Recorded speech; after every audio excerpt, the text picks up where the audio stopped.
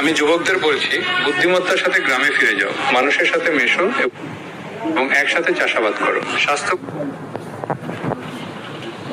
আমি যুবকদের বলছি, বুদ্ধিমত্তার সাথে গ্রামে ফিরে যাও, মানুষের সাথে মেশো এবং একসাথে চাষাবাদ করো। স্বাস্থ্যকর খাবার খাও এবং ফার্টিলিটি সেন্টারে না গিয়েই সন্তান জন্ম দাও। তোমাদের সন্তানদের স্কুলে পাঠানোর কোনো প্রয়োজন নেই। আজকের দিনে কেউ যদি তার সন্তানকে স্কুলে পাঠায়, তবে আমার তার জন্য করুণা হয়। আসলে আজকের দিনে স্কুলে পাঠানোর মানে কি? তোমাদের কি বিষয় জানতে হবে? একটি আইআইটি পরীক্ষায় কি আসবে তা যদি চ্যাট জিপিটিকে জিজ্ঞাসা করো, তবে সে বলে দেবে। এটির উত্তর দাও বললে সে উত্তর দিয়ে দেয়। তোমরা তো জানোই।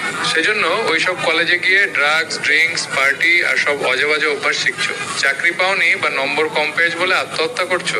এগুলোর কি খুব দরকার আছে? তাই শান্তিতে নিজের গ্রাম ছেড়ে না গিয়ে যে বেঁচে থাকতে পারে, সেই আসল ঐশ্বর্যবান। অনেক কোটিপতি, শিক্ষিত এবং মেধাবী মানুষ আমার চেনা আছে, যারা নিজেদের একটি কমিউনিটি লিভিং এবং নিরাপদ ও স্বাস্থ্যকর খাবারের গণ্ডির মধ্যেই থাকতে চলেছেন। এটাই ভবিষ্যৎ। গ্রামে ফিরে যাওয়াই হলো ভবিষ্যৎ।